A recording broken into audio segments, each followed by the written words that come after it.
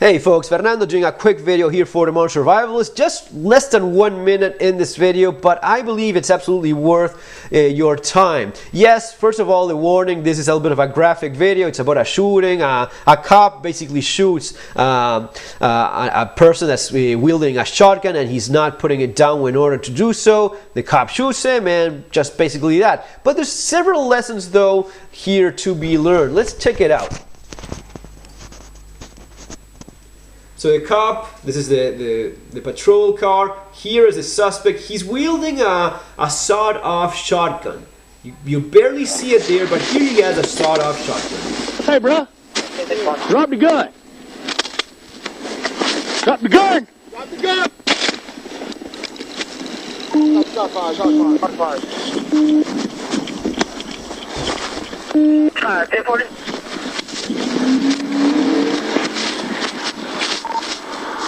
Don't move, man. Don't move. Stay still.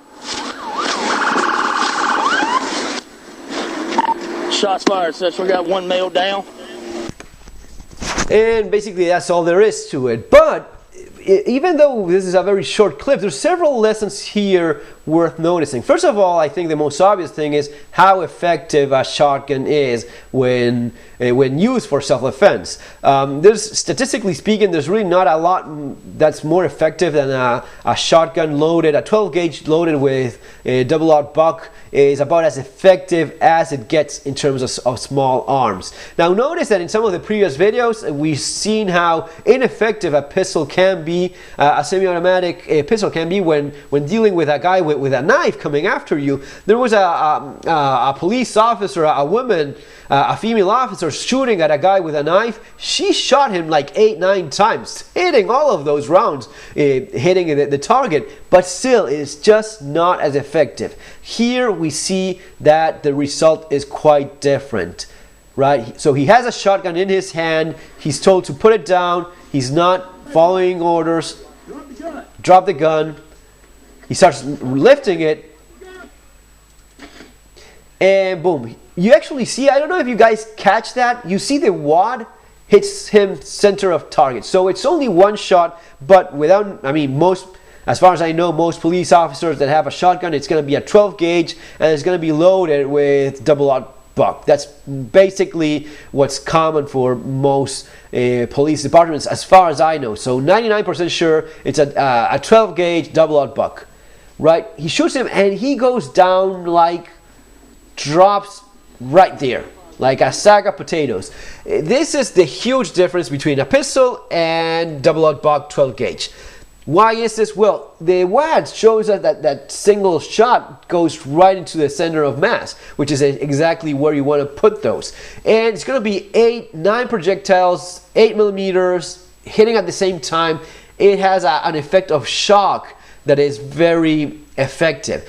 Of course, center of mass, you have your heart, you have your main arteries, you have blood vessels, you have your spine in the back, so anything that's going to be hitting there, it's likely to be very effective. If you multiply that by 9, it's even more so. And besides that, there's a shock effect when all those projectiles hit at the same time.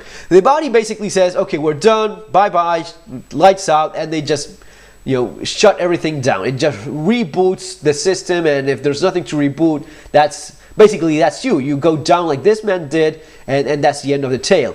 So what you have here is a very clear example of how effective a shotgun can be, especially with the right ammunition. Keep in mind, this guy had a shotgun himself, and he was aiming it at the officers. Let's go back there for a second. He's pointing it at them when he gets shot. And there he goes down, his hands, nothing is moving, right? So about that, it's if you don't have anything else and you have a pump action shotgun, or even better, a semi-automatic shotgun loaded with the right ammunition, and you know it's effective, man, you have one of the best small arms in terms of stopping power. If you know how to use that gun, semi-automatic, 5, 6, 7 shells in the magazine, you have a serious firearm so as to stop anyone coming after you. Notice how that guy went down. It wouldn't have mattered if he had a rifle, an AR-15, nothing would have made any difference once he got shot like that, went down, for good. Now, there's a couple other things to notice. First of all, Drop the gun!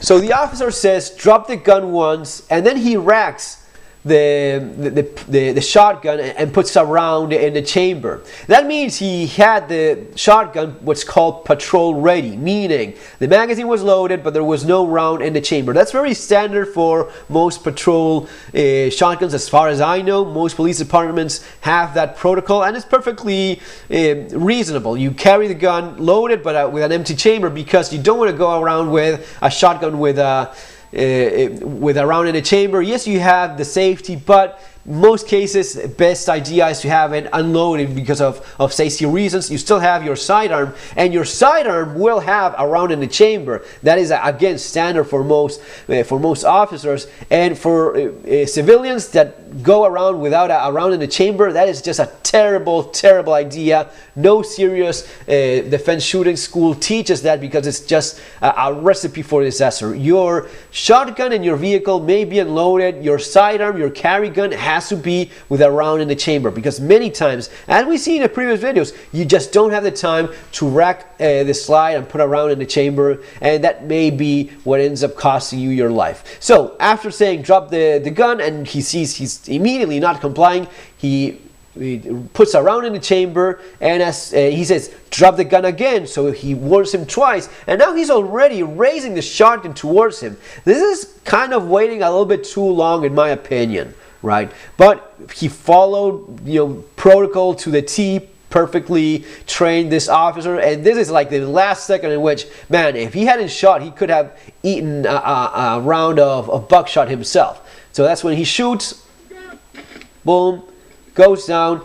And one more thing, you see the officer running with the shotgun pointing up. That's, again, perfectly valid option, either pointing up or pointing down. Either way, you have to keep the gun pointed in a safe direction, not sideways for anyone, a driver or anyone that can get accidentally shot. So either pointing north or south, either way. Usually with handguns, I think it's a little bit of a better idea. I've always been trained position sol, pointing the gun down. With long guns, there's a point for pointing it up, because you kind of keep all the weight in that hand, right? And it's a little bit more of a drag if you have the long gun pointing down. In some cases, it's a little bit more convenient, depending if you're like moving in very close quarters or getting in and out of vehicles. This is not as convenient because you're kind of hitting the roof of the car with your gun, right?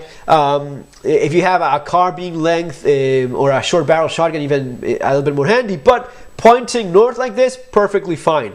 Just keep it pointed in a safe direction. He moves forward, and then when he's close enough, he points his shotgun again at him. You see the hand moving a little bit, so he's not, he's probably already gone, but he's still reacting, he's still moving. So you don't take any chances here. He's pointing now the shotgun at the suspect, and he gives him the order of